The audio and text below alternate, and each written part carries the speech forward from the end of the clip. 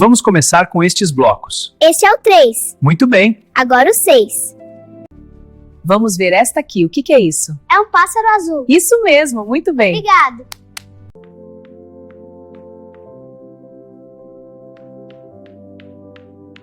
E se a gente olhasse para as dificuldades de aprendizagem não como um problema, mas como um mistério a ser desvendado? Hoje, vamos abrir a maleta de um verdadeiro detetive cognitivo para explorar as ferramentas que revelam como cada mente funciona de um jeito único.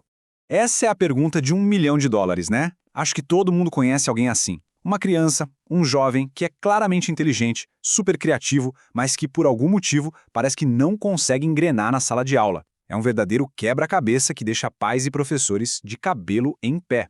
Para a gente mergulhar nessa investigação, vamos conhecer o Alex. Pensem no Alex como um representante de todos esses estudantes que têm um potencial enorme, mas que parece estar escondido atrás de alguma barreira invisível. A história do Alex é o nosso caso de hoje. A jornada para entender o que está acontecendo com o Alex não começa com uma resposta pronta de jeito nenhum. Começa, na verdade, com uma investigação bem aprofundada. Então vamos abrir o arquivo desse caso. E aqui está o primeiro ponto. A chave não está num único teste ou numa prova isolada. O caminho é uma avaliação neuropsicológica completa. É como um detetive que não se contenta com uma única pista, sabe? Ele precisa mapear toda a cena do crime para entender a história completa. Certo? Então, por onde essa investigação começa? Basicamente, a avaliação se concentra em 4 grandes áreas, 4 domínios cognitivos. A gente pode pensar neles como se fossem os principais departamentos de uma agência de investigação da mente. O primeiro departamento é a torre de comando do cérebro. É ele que decide no que a gente vai prestar atenção, como vamos planejar os próximos passos e, muito importante, quando é hora de frear um impulso. Agora, imagina se esse controlador de tráfego aéreo está sobrecarregado. Acompanhar uma aula longa se torna uma missão quase impossível. Depois, a gente tem o centro de comunicações. Sabe, tem um psicólogo muito importante, o Lev Vygotsky, que dizia uma coisa genial. A linguagem não serve só para a gente se comunicar com os outros, ela serve para a gente organizar nossos próprios pensamentos. Então, dificuldades para processar a linguagem ou para encontrar as palavras certas podem complicar tudo. Aqui, a investigação vai direto ao ponto. As habilidades que são usadas na escola todos os dias. A capacidade de decodificar as palavras de um texto, de colocar as ideias no papel de forma clara, de raciocinar com números.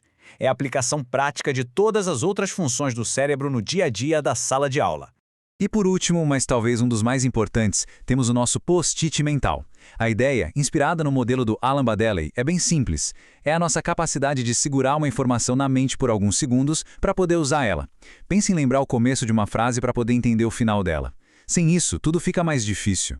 Ok, agora que a gente já sabe o que procurar, chegou a hora de abrir a maleta de ferramentas do nosso detetive. Vamos dar uma olhada em alguns dos instrumentos que os especialistas usam para coletar essas pistas cognitivas. Essa aqui é a Torre de Londres. E olha, isso não é um jogo de tabuleiro qualquer não. É um instrumento super bem pensado, projetado para avaliar uma das funções executivas mais cruciais, a nossa capacidade de planejar antes de sair fazendo as coisas. O mais interessante aqui é ver como o teste funciona. A pessoa precisa olhar a imagem final, o objetivo, criar um plano mental para chegar lá com o menor número de movimentos possível e só então executar, sem ceder à tentação de ficar movendo as peças de qualquer jeito. Esse teste revela exatamente como o cérebro organiza uma ação para atingir uma meta. A nossa próxima ferramenta investiga um outro tipo de memória. Os cubos de Corsi medem a capacidade daquele nosso post-it mental de guardar informações que são visuais e espaciais. É tipo lembrar o caminho que alguém acabou de te mostrar no mapa. A genialidade desse teste está na simplicidade dele. O avaliador toca os cubos numa certa sequência e a tarefa é só repetir exatamente igual. A cada acerto, a sequência vai ficando mais longa, testando os limites da memória de trabalho de uma forma muito clara e direta. Mas o verdadeiro poder da avaliação não está numa nota isolada de um teste. O pulo do gato é entender como as diferentes pistas coletadas com todas essas ferramentas se encaixam para formar um quadro completo, uma imagem coerente de como aquele cérebro funciona. E quando a gente olha para o arquivo do caso do Alex, um padrão começa a surgir. A gente vê que a linguagem e a compreensão são pontos fortes dele. Mas, por outro lado, o planejamento e a memória visual apresentam desafios claros.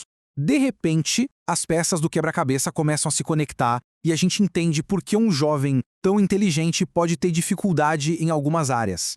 E aqui está a grande sacada de tudo isso. A nossa mente não funciona em caixinhas separadas. Uma dificuldade de aprendizagem raramente é culpa de uma única coisa. É quase sempre uma teia de fatores, uma interação complexa entre a atenção, a memória e as funções que gerenciam tudo isso. E aqui entra uma observação fundamental. Essas ferramentas são, sim, muito poderosas, mas um bom profissional, um bom detetive cognitivo, sabe que os números dos testes não contam a história inteira. O histórico de vida da pessoa, o contexto em que ela vive e a observação de como ela se comporta durante a avaliação, tudo isso são pistas igualmente valiosas. Então a investigação não termina com o diagnóstico. Muito pelo contrário, é aí que o trabalho de verdade começa. O resultado da avaliação não é para ser um rótulo, e sim um mapa, um roteiro personalizado para construir um caminho de sucesso a partir dali.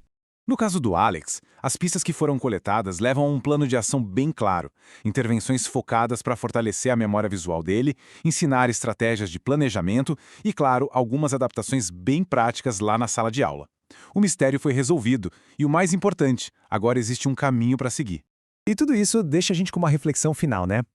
E se, em vez de focar só nas dificuldades, a gente começasse a ver cada estudante como um enigma fascinante? Porque, no fim das contas, entender como cada cérebro aprende não é só sobre resolver um problema, é sobre destravar um potencial que é único.